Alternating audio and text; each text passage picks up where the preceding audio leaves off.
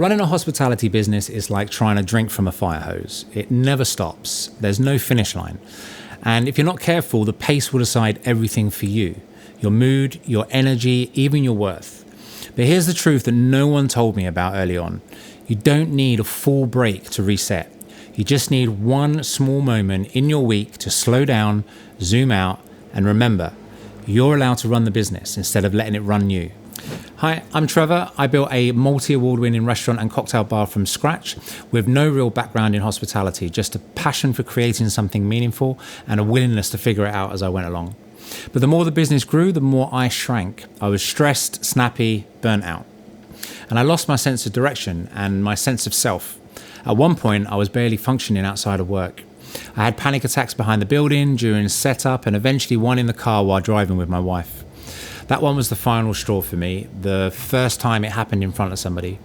It terrified us both, and that's when I knew I needed help. I started working with a therapist, and slowly I rebuilt, not with big overhauls, but with small shifts.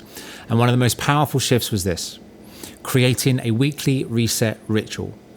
Not just to organize my business, but to check in with me. It gave me back a sense of control, a sense of rhythm. And now it's one of the first things I help other hospitality owners put in place. Let me be clear, a weekly reset isn't another task. It's not about adding more planning or perfection to your week. It's about creating a moment of intention, a space to lead instead of react, a habit that gives you back the reins. And the best part, it doesn't have to take long. Mine takes less than an hour, but it resets my whole week. Inside my school community, I've shared the exact weekly wellness and operations planner that I use to do this reset every Monday. It's not just about tasks, it combines mindset check-ins with practical planning prompts. So you're looking after yourself and the business. There's space for weekly goals, team focus points, conversations that you need to have, energy wins and drains, and delegation targets. You can download it right now completely free alongside some other tools like my Delegation Map and my time audit tracker. Plus, you'll be joining other owners and managers who are trying to lead better businesses without burning out in the process. The link's in the description, so come check it out. It's free and it works. You carry a lot. You deserve the tools and support to carry it well. Here's how my weekly reset works and how you can build your own version that actually sticks. Step 1, schedule it like it matters. I block out about 30 to 60 minutes at the start of the week. For me, that's usually a Monday morning. It's non-negotiable and I treat it like a meeting with my future self. This isn't a luxury, it's a strategy. If you don't make time to lead yourself, the week will lead you.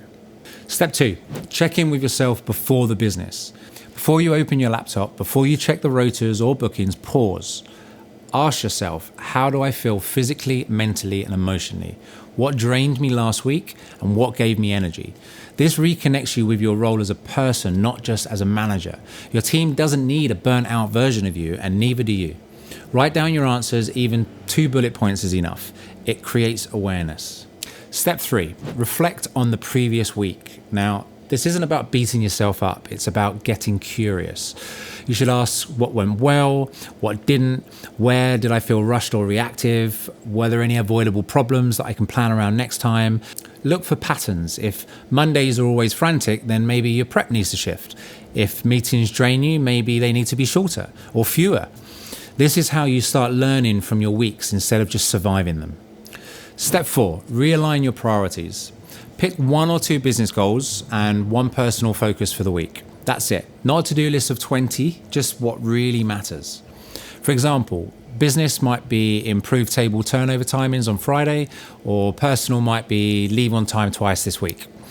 Make it specific and make it kind. Don't use this moment to punish yourself. Use it to aim with clarity. Step 5, look at the landscape. This is where the practical side kicks in. Open your calendar, check your shifts, team rota, supplier deliveries, etc. and ask, what conversations do I need to have? What jobs can I delegate? Where am I overcommitted? If something looks tight, adjust it now. Give yourself breathing room before you run out of air. This is also where I check my delegation map and shift tasks around before they pile up. Step 6, choose a reset anchor. This can be a 5-minute walk, a song, a 10-minute journal entry, something that signals I'm starting fresh. It sounds small, but it really does work. My reset planner is breath work. And sometimes through the day, I just take a couple of minutes and I do some deep breaths, and it kind of resets me for what's coming up next. It tells my body that we're not in survival mode, we're leading. Step 7, celebrate one win. Even if it was a rough week, find one thing that you did well. Maybe you kept your cool in a stressful moment. Maybe you solved a small problem that no one noticed. Write it down. If you don't recognize your progress, burnout becomes your default setting. This whole ritual takes under an hour, but it returns so much. Direction, confidence, breathing space, and most importantly, your energy.